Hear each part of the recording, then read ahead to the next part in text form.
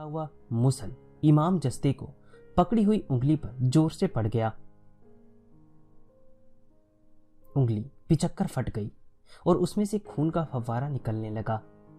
कुटी में आराम करते बाबा जी को कहीं घटना का पता न लग जाए, इस भय से अपार पीड़ा सहते हुए इन्होंने वही तर्जनी पास की मिट्टी बालू में घुसेड़ दी और यथावत कुटाई करते रहे। पर वहां कैसे छिप पाती यह बात। तुरंत ही महाराज जी दरवाजा खोल कुटी से निकल पड़े और पास आकर इनका हाथ पकड़कर खींचते हुए बोले, दिखा क्या हुआ। पर जब उंगली मिट्टी बालू से बाहर आई तो एकदम साबुत ठीक थी। दर्द भी न मालूम कहां चला गया। टीटागढ़ पेपर मिल से संबंधित लखनऊ का एक माथुर परिवार महाराज जी का भक्त हो चला था। कागज का थोक व्यापार करते थे घर के मुखिया। महाराज जी लखनऊ प्रवास के मध्य माथुर जी के आग्रह से दोपहर का प्रसाद उन्हीं के घर पा लेते थे अक्सर। माथुर साहब की 3 कन्याएं थी। बड़ी की दोनों आंखें पूर्ण रूपेण भेंगी थी। काफी उम्र हो चुकी थी पर आंखों के कारण अविवाहित रह गई। माथुर साहब की दौलत भी इस हेतु कुछ काम न आ सकी। दूसरी कन्या गूंगी भी थी और बहरी भी, केवल घर के कामकाज के सिवा अन्य किसी काम की न थी।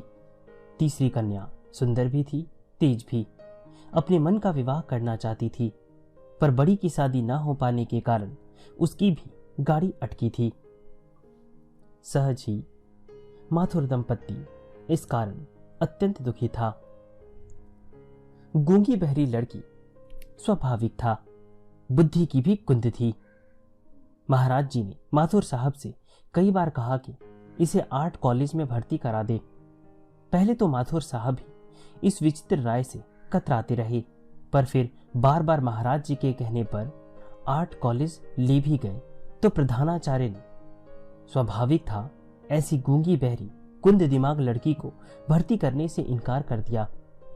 उस लड़की को तो बुद्धिहीन होने के कारण गूंगे बहरे स्कूल वाले भी नहीं स्वीकार कर रहे थे।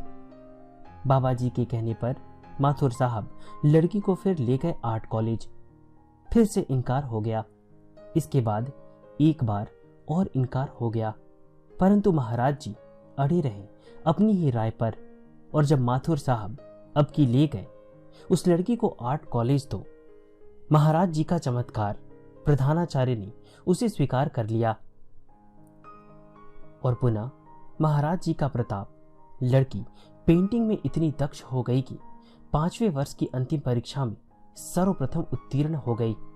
साथ में सुनने भी लगी और कुछ कुछ अस्पष्ट रूप से बुदबुदाकर अपनी बात भी कहने लग गई। इधर इस बीच बाबा जी ने एक दिन बड़ी को अपने पास बुलाया और उसकी दोनों आंखों को अपने हाथ के 2 अंगूठों से मलकर न मालूम क्या किया कि उसकी पुतलियां इसी क्रिया से सीधी हो गई। फिर क्या था, लड़की अन्यथा सुंदर तो थी ही। शीघ्र उसका विवाह एक सजातीय से, जो एयरफोर्स में स्क्वाड्रन लीडर था, हो गया।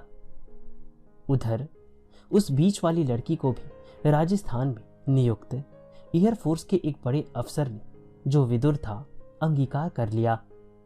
तीसरी का रास्ता तो स्वतः ही खुल गया। केहर सिंह जी के सबसे छोटे लड़के आनंद की जब वह 13-14 वर्ष का रहा होगा, आंख में चश्मे के ऊपर अखरोट आकर इस तेजी से लगा कि चश्मे का कांच टूटकर बुरी तरह कई टुकड़ों में उसकी आंख में धंस गया। घटना 2 जनवरी 1958 की है, जब लड़का अपनी बहन कुसुम के साथ अखरोट की गेंद बनाकर टेनिस खेल रहा था। रक्त की धार बह चली। कुसुम ने घबराकर अपने पिता को फोन से सूचित किया कि आनंद की आंख फूट गई। वे भागे आए। मेडिकल कॉलेज में आंख से कुछ बड़े कांच के टुकड़े निकाल लिए गए, पर तब भी 25-30 छोटे टुकड़े पुतली तथा अन्य भागों में ऐसे घुसे थे कि उन्हें निकाल पाना संभव ही न था। लड़के की एक आंख पैदाइशी खराब थी, अब दूसरी भी इस प्रकार से जा चुकी थी। डॉक्टर मेहरा तथा अन्य सभी ने राय दी कि एक बार लड़के को सीतापुर ले जाकर ऑपरेशन कराएं। दरअसल उनकी राय केवल सांत्वना के लिए थी।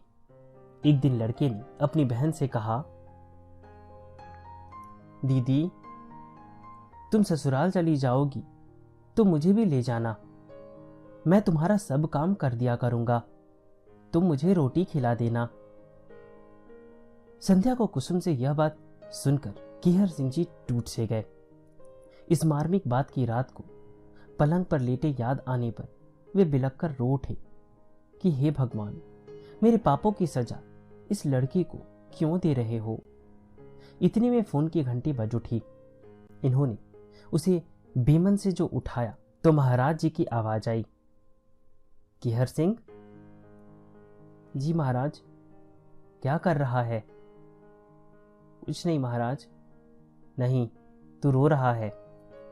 तेरे लड़के की आंख फूट गई, उसे सीतापुर मत ले जाना। वे लड़के की आंख फोड़ देंगे। अलीगढ़ मोहनलाल के पास ले जा। और टेलीफोन बंद हो गया। तब पूरनदा महाराज जी के ही साथ थे बरेली में बैंक मैनेजर मेहरोत्रा के घर। उन्होंने बताया कि टेलीफोन करने के पूर्व बाबा जी ने कंबल से मुंह ढक लिया था और फिर चिल्लाकर कहा था, किहर सिंह रो रहा है, उसके लड़के की आंख फूट गई है। परंतु किहर सिंह जी ने तो तब बाबा जी को याद भी नहीं किया था। टेलीफोन मिलने के बाद चौधरी साहब के मन मानस में एक आशा की किरण से फूट गई। क्या अब भी गुंजाइश है आंख ठीक हो जाने की?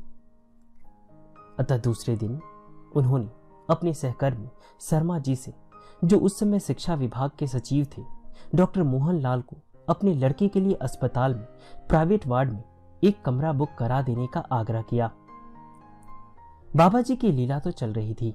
शर्मा जी ने तत्काल डॉक्टर मोहनलाल को ट्रंक कॉल बुक कर दिया। बहुत प्रयास करने के बाद मिल पाने वाला ट्रंक कॉल पहली ही बार डायल करने में मिल गया। उधर फोन भी डॉक्टर मोहनलाल ने ही उठाया। जब शर्मा जी ने उनसे सब बात कही तो मोहनलाल जी कुछ रोष में बोले, कैसे लापरवाह है तुम्हारे ये किहर सिंह, अभी तक लड़के को नहीं लाए, जिसके लिए 3 दिन से कमरा बुक किया पड़ा है।